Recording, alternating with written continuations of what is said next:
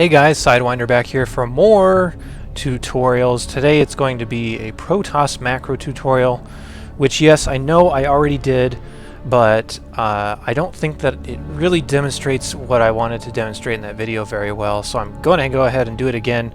But today I'm going to be fighting a very easy Terran computer, and it's going to be very easy so that we don't get attacked, so that I can focus on what I need to focus on to demonstrate what proper macro actually is supposed to look like from a Protoss perspective. We'll go ahead and get started right into the game. Now what I'm going to do here, if you watch my Terran macro guide, you'll know what's going to happen. But if you haven't, what's going to happen here is I'm going to play the game and demonstrate everything that's going on as I play it. Now I know I was talking, but during the time I was talking, what I did is I first started a probe from my Nexus, and then I selected my workers and had them go and start mining. This is what you're going to want to do as soon as the game starts, as best as you can. A lot of people like to split them up and do fancy crap like that, but it doesn't really matter all that much, especially at most, well, basically every level except for like pros. You really don't need to worry that much about this first 5 or so seconds of the game. So start a probe, send your already existing probes sending to work, and assign your Nexus to an empty mineral patch. What you're going to do is you're going to actually make probes up until 9 supply, and then you're going to drop your first pylon. So we'll go ahead and go straight into that. Now make sure you're not getting any gaps on your probe production here. You can see me just railing on the Q button. Tacitors tell me I don't have enough minerals, but you don't want to have any gaps in your probe production if you can help it. So you need to know what you're probing up to. You're going to probe up to 9. And again, make sure you don't miss any time on these, because the time that you miss on this is just wasted time on your Nexus. You want your Nexus producing probes as much as humanly possible, or as much as Protossally possible, I guess. I'm going to drop my pylon on 9, and then I like to pylon scout. So I'm going to send out my scout right now. And so what we're at right now is 9 out of 10 supply, 35 resources. I have my probe going out to scout. We'll cover scouting in another video. And then as soon as you have 50 resources, you're going to start another probe. So we'll go ahead and do that. You can see I'm just railing on the button once again. And then this is the point where it kind of changes a little bit. This is when your Chrono Boost energy is ready. And Chrono Boost is a huge part of Protoss macro. When this pylon finishes, you want to Chrono Boost your Nexus immediately and make sure you have another probe ready to go. And then it's going to kind of dictate what happens in the next stage of the game.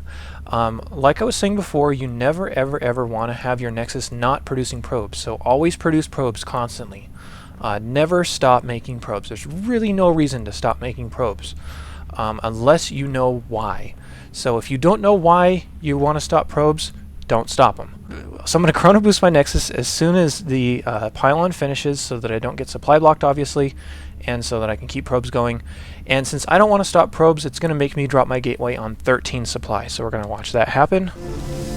Chrono Boost your Nexus. And you can see this 11th probe is in queue. This is the 12th, and you saw it just shift. This is the 13th now. It's not eating up any supplies, so you need to know when to stop. The Chrono Boost is going to wear off, as we can see here, but pull a probe just slightly in advance so you can get your gateway down as soon as possible. As soon as you hit that 150 minerals, go ahead and drop it and send your probe back to work. Again, don't stop probes here. A lot of people like to Chrono Boost right here again, but I will not. We're going to go ahead and on 14, we're going to drop our gas, just to help us on the next stage of the game. Now I know I did send this guy out to scout. He's going to be gathering information and whatever.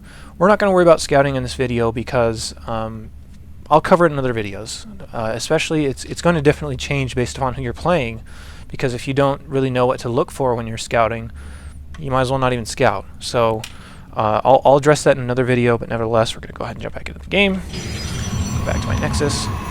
And again, you can Chrono Boost here if you want to. There's a lot of room to freely explore with your Chrono Boost. But typically you're going to want to drop your second pylon on either 15 or 16 supply. So we're going to go ahead and drop the pylon. And you saw me queue up the workers there, so you could get your probe back to work as soon as it was done doing what you wanted it to do.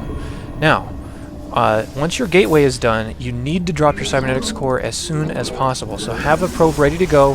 Have it ready to drop your cybernetics core so that it's down basically as soon as your gateway is finished. Having very tight openings is a very big deal. I did Chrono Boost my Nexus right there, just so that you make sure you're spending your Chrono Boost. So essentially, macro is going to break down to how fast you're able to play the game. And the faster you can play the game, the more people you're going to beat, because you're just going to be better than they are. It sounds weird to say it like that, but it's true. You need to know exactly what you want to do with your macro, and typically speaking, if you're constantly producing units, if you're constantly producing probes, and if you're constantly keeping your money low without getting supply blocked here, basically making sure you're keeping all these as tight as they possibly can, your macro is going to be outstanding. So the more macro you have, or the better macro you have, more units you're going to put out, and if you have more units than your opponent, then you can just walk in there and punch them in the face and kill them.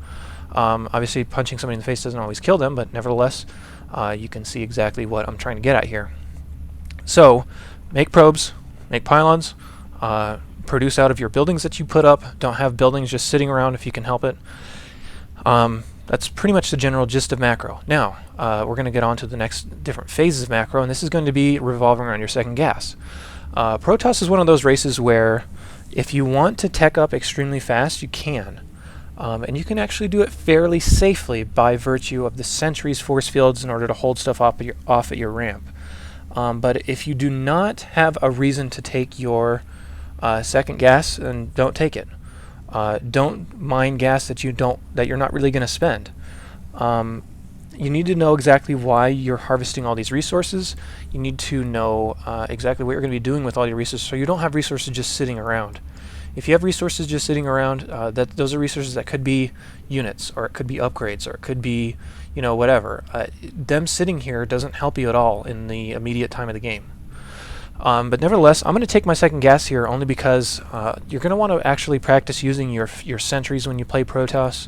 But I'm going to take my second gas here and just a couple more supply, just so that I have enough to start my warp gate tech, grab something out of this gateway that is gas intensive, and have enough economy to get the rest of this going. So we're going to go ahead and jump back into the game. I'm going to start a zealot off of here as soon as I have the resources. You have not enough minerals. Your probes are under attack. My probe's under attack. He's probably going to die because it's Marine unless I can get out of there. Nope, he's dead. Again, we'll cover scouting in another video.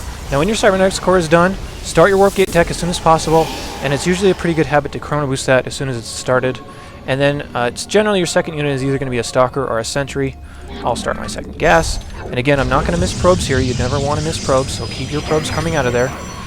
You can check around your base with the zealot to make sure that there's no real shenanigans going on. And I haven't dropped any gateways additionally. Chrono boost your warp gate tech quite a bit. This is a very important upgrade because it helps you out so much in the later game. Now you can see I'm getting distracted, and I got myself, or rather I'm going to get myself supply blocked, and this is kind of bad. Make sure you're not getting yourself supply blocked, because you can see if I wanted to produce another probe, oh, now I'm missing time on this probe. And also if I wanted to produce another stalker, oh, now I'm missing time on this stalker. So that kind of sucks. Don't get yourself supply blocked if you can help it. Throw down extra pylons in advance if it really helps you out, because getting supply blocked is a lot more detrimental than throwing down more pylons than you need. Again, I'm not going to miss probes here, and I'm going to go for just a general 3-gate expansion. Once your warp gate tech is about halfway done, these gateways are a little bit late, throw down your extra gateways so you can be on 3 gateways, and this is going to demonstrate exactly what I'm going to need to show you in the next part. On a fully mining base, which is going to be 2 gas geysers and 8 mineral patches, that's going to support about 26 workers. Once you get to that magic number of 26 workers, your workers are going to start floating between mineral patches and not actually working for you. So that's bad. You don't want to put money into probes that are not going to help you out. So what we're going to do here is we're going to balance our probe count with how many bases we're going to be on. So once I get to that number of bases, I'm going to actually throw down an expansion here in just a moment. And the second part that I want to demonstrate here is your production capabilities versus your income. My income on a fully saturated base is going to be around, or rather just enough to support almost constant production off of 4 gateways, depending on what I'm putting out of there. If you go for a tech building like a robotics, it's going to be a robotics and 3 gateways. Or it can even go down to a robotics and 2 gateways. Just depends on what you're producing out of there. So you need to be able to understand what you can make off of these buildings in conjunction with how many resources you're bringing in. So we're going to go ahead and jump back into the game. Again, I'm not going to miss probes. I'm going to actually throw down another pylon just in advance. As soon as this warp gate tech is done, transform this gateway, and I'm actually going to save up a little bit of resources and go ahead and expand right now. I'm going to move my forces down just a little bit. This is done. Hotkey that to a hotkey, as you can see down on the bottom of the screen. And then I'm going to drop a Nexus. Now, this is at about 6 minutes. This is a really good timing on your Nexus in most matchups. The one finicky thing about Protoss macro is actually how much it's going to vary depending on what opponent you're playing. If you're fighting Protoss, expanding a lot of times can actually be suicide. If you're fighting Zerg, you need to expand carefully so that Zerglings can't just come in here and kill you, rather kill your probes, or run up into your main and kill your probes there. So this is very generically speaking. You can consider this a way of how to play against Terran if you really want to, because this is actually a safe build only really against Terran. But against the other two races, that being yourself and Zerg, you're going to expand a lot differently. But nevertheless, I'm kind of trying to demonstrate how you wanted to expand based upon your probe counts. We're going to go ahead and jump back into the game. My warp gates are done morphing, and my computer is really having a hard time here for whatever reason. Once you expand, throw a pylon down here so you can reinforce here instead of having to reinforce here. My other two gateways are done. I'll transform those, and I don't want to miss probes. You can tell I'm missing just a few probes here and there, only because I'm getting a little bit distracted. These gateways are ready, and typically the more you can use sentries, the better. They don't cost that many minerals. They do cost a lot of gas, and we're building up quite a bit of gas here.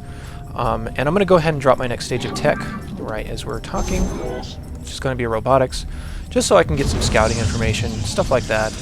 Again, don't miss any workers. Try to make units out of these gateways as much as possible. I look kind of sentry heavy right now, but it's partially because my minerals are being spent elsewhere. But nevertheless, if somebody were to come fight me and if I had good sentry control and good forward usage, I'd be just fine. So this is not really any reason to worry. Now what we're going to see here is we're going to see a probe transfer. You typically want to transfer your probes about when this is about maybe 5 to 10 seconds away from finishing, just so that once they all get there, they can start mining, and I'll show you why. On these main mineral patches, you want those to last as long as possible. If you mine these out faster than you mine out your natural, it's going to force you to expand a lot quicker than you're going to want to. So try to balance your mining between other bases and your main as much as possible. You can see I'm transferring out about 12 workers, so that when they get there, they're actually be mining a little bit more efficiently than if they were all just piled up here and if I started rallying workers over to my natural. So it doesn't seem like a big deal, but it actually is. So just try and stay on top of that. And this is about the time where I can afford to tech a little bit while keeping up on the production of my gateways. These 3 gateways are not going to be matched by how much income I'm bringing in, but I'm going to supplement that by getting upgrades, by getting some tech out, like some robotics, and preparing myself for the next stage of the game. So we're going to go ahead and resume.